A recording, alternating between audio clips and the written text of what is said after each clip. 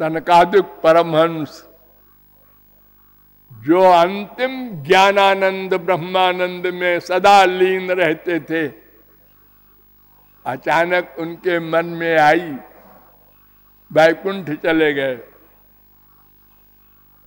ये ब्रह्मा के लड़के हैं,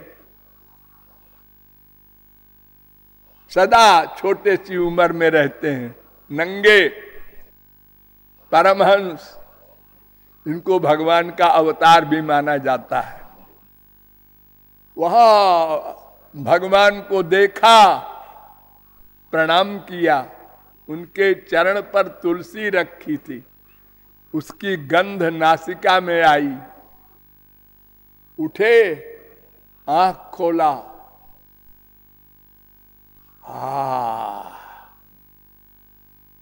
ये आनंद है, वो नहीं है, बेकार है हमारा ब्रह्मानंद।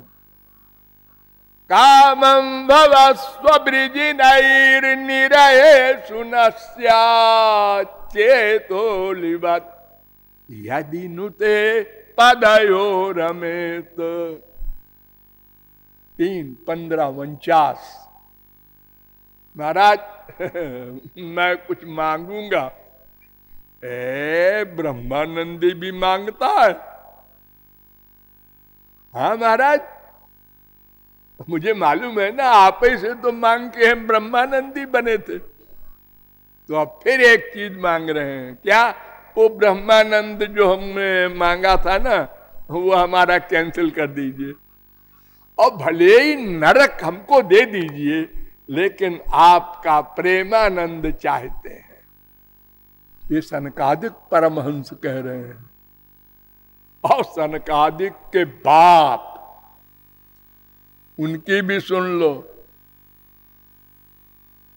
तद भूरि भाग्यमिह जन्म किमप्यतव्याम यद गोकुले कतमांघ्रिरजोभिषेकम यज्जीवितम तु निखिलम भगवान मुकुंदस्त्वद्यापि यत् पदरज श्रुति मृग्यमेव। 10, 14, 34। महाराज मैं सृष्टि करने का काम आपने जो हमको दिया है ना, ये किसी और को दे दीजिए। और ये जो गोपियां हैं ब्रज में, बेपढ़ी लिखी, इनकी चरण धूल पाने के लिए गोकुल में कोई पक्षी, पशु, गाय, भैंस, पेड़ कुछ बना दीजिए, तो इनकी चरण धूल मेरे ऊपर पड़े। ब्रह्मा कह रहा है।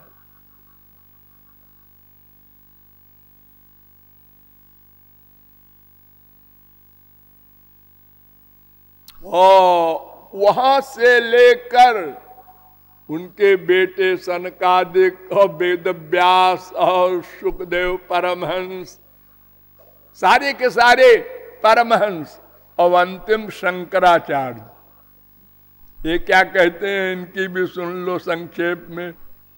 नाथेति श्रुतयो न तत्वमतयो घोषस्थिता गोपिका जारिण्य कुल जाति धर्म विमुखा अध्यात्म भावम जजु भक्तिर्जस्य ददाति मुक्ति मतुलाम जारस्य सद्गतिर यार तत्राण परायण स भगवान नारायणो में गति।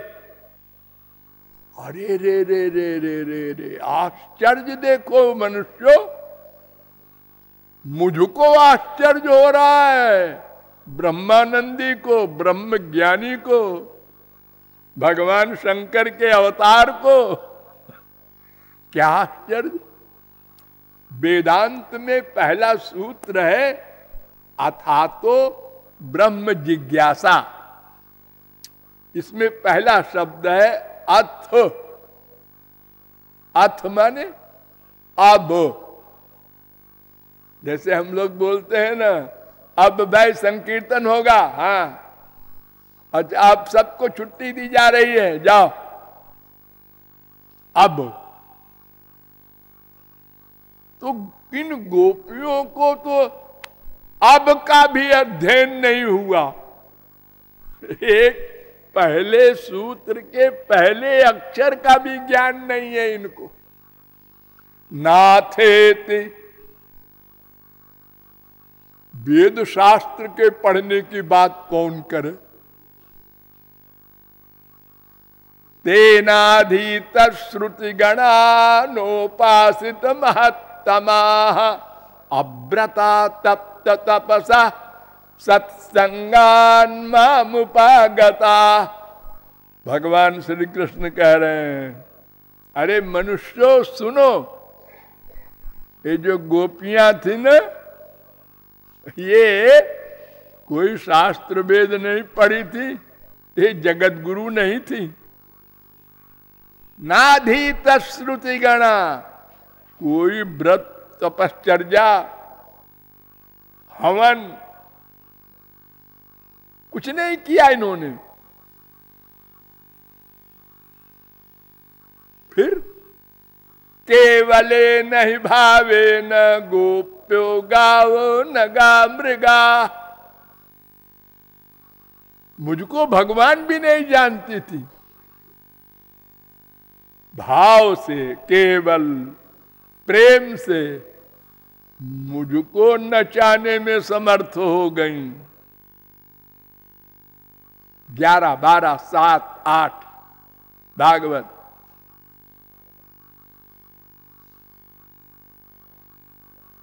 केवल प्रेम से, और वो प्रेम भी कोई ऐसा प्रेम नहीं कि भगवान जान करके प्यार किया है वेद मंत्रों के साथ, ऐसा नहीं, गालियों के साथ। जैसे वेद स्तुति करते हैं अपने मंत्रों के साथ, सहस्रशी रेखा पुरुखा, तो गोपियां गालियों के साथ स्वागत करती हैं। लफंगे, इधर क्या देख रहा है? अरे मैं देख रहा हूं, अब मैं आंख बनी है देखने के लिए, तो मेरी ओर क्यों घूर रहा है? हे मेरी ओर क्यों घूर रहा है?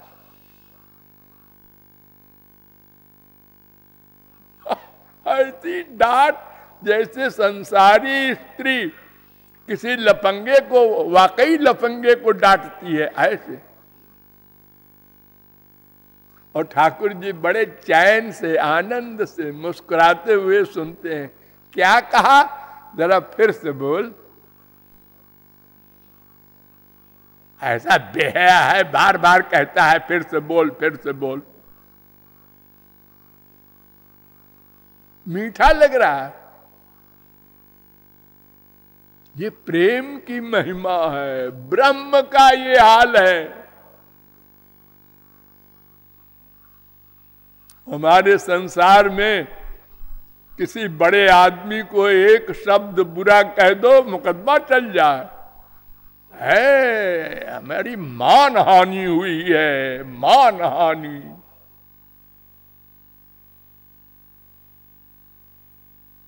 और यहां दिन रात गाली पड़ रही है, तो यहां मान बढ़ रहा है, हानि नहीं हो रही है, कृपा और हो रही है। कि ब्रह्मा शंकर चरण धूल चाहते, शंकराचार्य कहते हैं जारिण्य, ये तो जारिणी थी। जारिणी, अपने घर में पति बैठा है, चोरी चोरी दूसरे पुरुष से प्यार करे, उसको जारिणी कहते हैं। इतना गंदा शब्द शंकराचार्य बोले। अरे ओ देखो, शंकराचार्य के गुरु, गोविंदाचार्य के गुरु, गौड़पादाचार्य के गुरु, सुखदेव परमहंस के गुरु वेदव्यास क्या बोल रहे हैं? क्वेमा स्त्रियो बनचरीर व्यभिचार दुष्टा। व्यभिचार, ये गोपियां व्यभिचारिणी थी। शंकराचार्य ने तो जार शब्द कहा, सब लोग इसका अर्थ नहीं जानते, और व्यभिचार का तो अर्थ सब जानते हैं। तो शंकराचार्य कहते हैं ये जारिणी गोपियां और कुल जाति धर्म विमुखा, खानदान में बदनाम, अपनी जाति में बदनाम और धर्म से भ्रष्ट, और इनके पीछे पीछे ब्रह्म श्री कृष्ण। समझ गए? समझ गए? क्या समझ गए? ये सब भक्ति की, प्रेम की महिमा है। इसलिए हे नारायण, हम भी यही गति चाहते हैं, ऐसी ही कृपा हमारे ऊपर भी कीजिए, गोपी प्रेम दे दीजिए। ये अंतिम अवस्था का अंतर बता रहे हैं ज्ञानानंद और प्रेमानंद का। इसलिए भक्ति की शरण में आकर हम लोगों ने निश्चय किया कि भक्ति मार्ग ही सबके लिए, क्योंकि परमहंस जो अंतिम अवस्था है उसके लिए भी वही है। तो फिर हमारे लिए हमारी क्या हैसियत है? ये पृथ्वी मूर्ख के लिए भी वैसी है, विद्वान के लिए भी वैसे ही है, गरीब के लिए भी वैसी ही है, अरबपति के लिए भी वैसी ही है, ये नदी सबके लिए वैसी ही है, ये हवा सबके लिए एक सी है, ये आकाश सबके लिए एक सा है। ऐसे ही भगवान सबके लिए एक से हैं। उनके लिए कोई ना कलेक्टर है, न कमिश्नर है, न गवर्नर है, न इंद्र है, न ब्रह्मा है।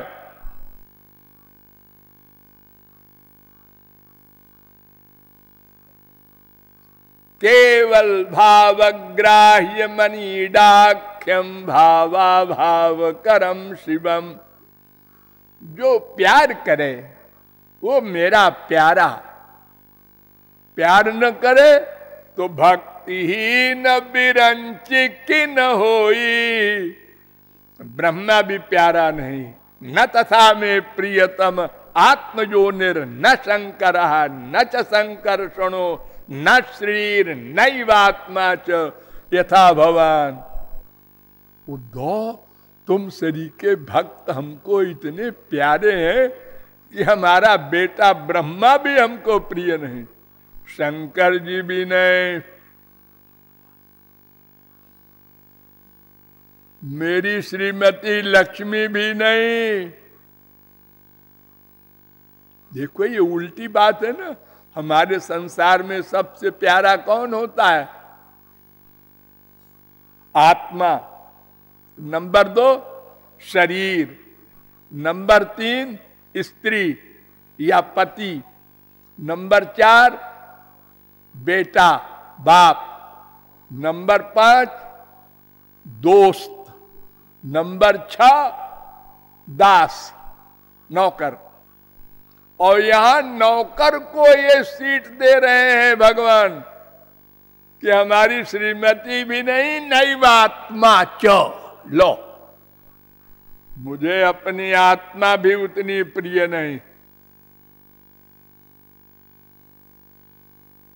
संसार में कौन अपनी आत्मा से अधिक प्यार करेगा किसी से? लैला मजनू हो, शीरी फरहाद हो, कोई हुए हो जो इतिहास में आवे कंपटीशन में। अरे सबसे अधिक प्यारी तो अपनी आत्मा होती है। नंबर 2 पे शरीर होता है। स्त्री पति, लड़के लड़की, पहली बार प्यार करने जा रहे हो एकांत में, दोनों भुजाएं फैलाए, एक रबड़ का सांप फेंक दो ऊपर से, वो प्यार भाड़ में जाए, वो प्रेयसी भाड़ में जाए, वो प्रियतम भाड़ में जाए। सांप, अपना शरीर बचाओ पहले। लेकिन यहां श्री कृष्ण ऐसा कह रहे हैं, हाँ वो भक्ति मार्ग है। ऐसे भक्ति मार्ग के अवलंब के विषय में उनकी परिभाषाएं की गई। तो सूत जी ने पहले बताया कि भक्ति निष्काम होनी चाहिए। अरे भक्ति माने क्या? मन का प्यार ना। तो संसार से जो मन का प्यार है वो हटेगा तभी तो उनमें मन का प्रेम होगा। अरे तो गधे की अकल से समझ लो, दो एरिया है। हमारा यहां प्यार है अनंत जन्म से। अगर यहां प्यार हो जाए, हम कर ले, स्वार्थ रियलाइज कर ले, तो यहां से हट गया। अगर कोई कहे हम यहां भी रखेंगे तो फिर तुम्हारा प्यार कहां है उधर? तो इसलिए शर्त लगा दी कि इधर बिल्कुल न रहे, 0/100। क्योंकि तुम्हारा नहीं है, क्योंकि तुम शरीर नहीं हो, क्योंकि ये पंच महाभूत का है, क्योंकि तुम्हारा शरीर पंच महाभूत का है, क्योंकि तुम दिव्य हो,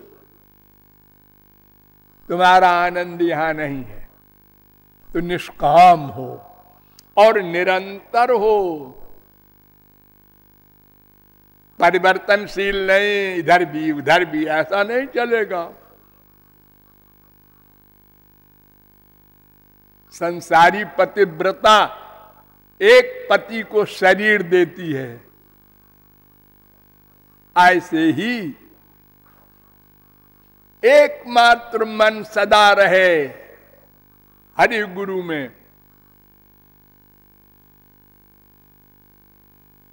और कपिल भगवान ने 3 शर्त लगा दी।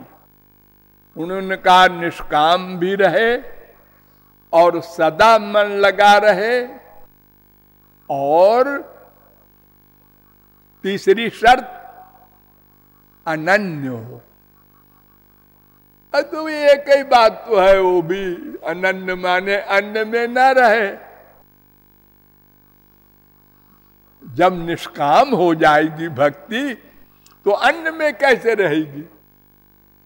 तो कामनाएं सब समाप्त हो जाएंगी, भुक्ति मुक्ति वैकुंठ सब।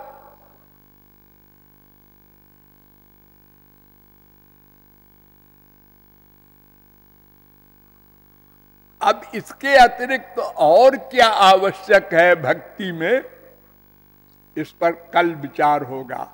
बोलिए लाडली लाल की।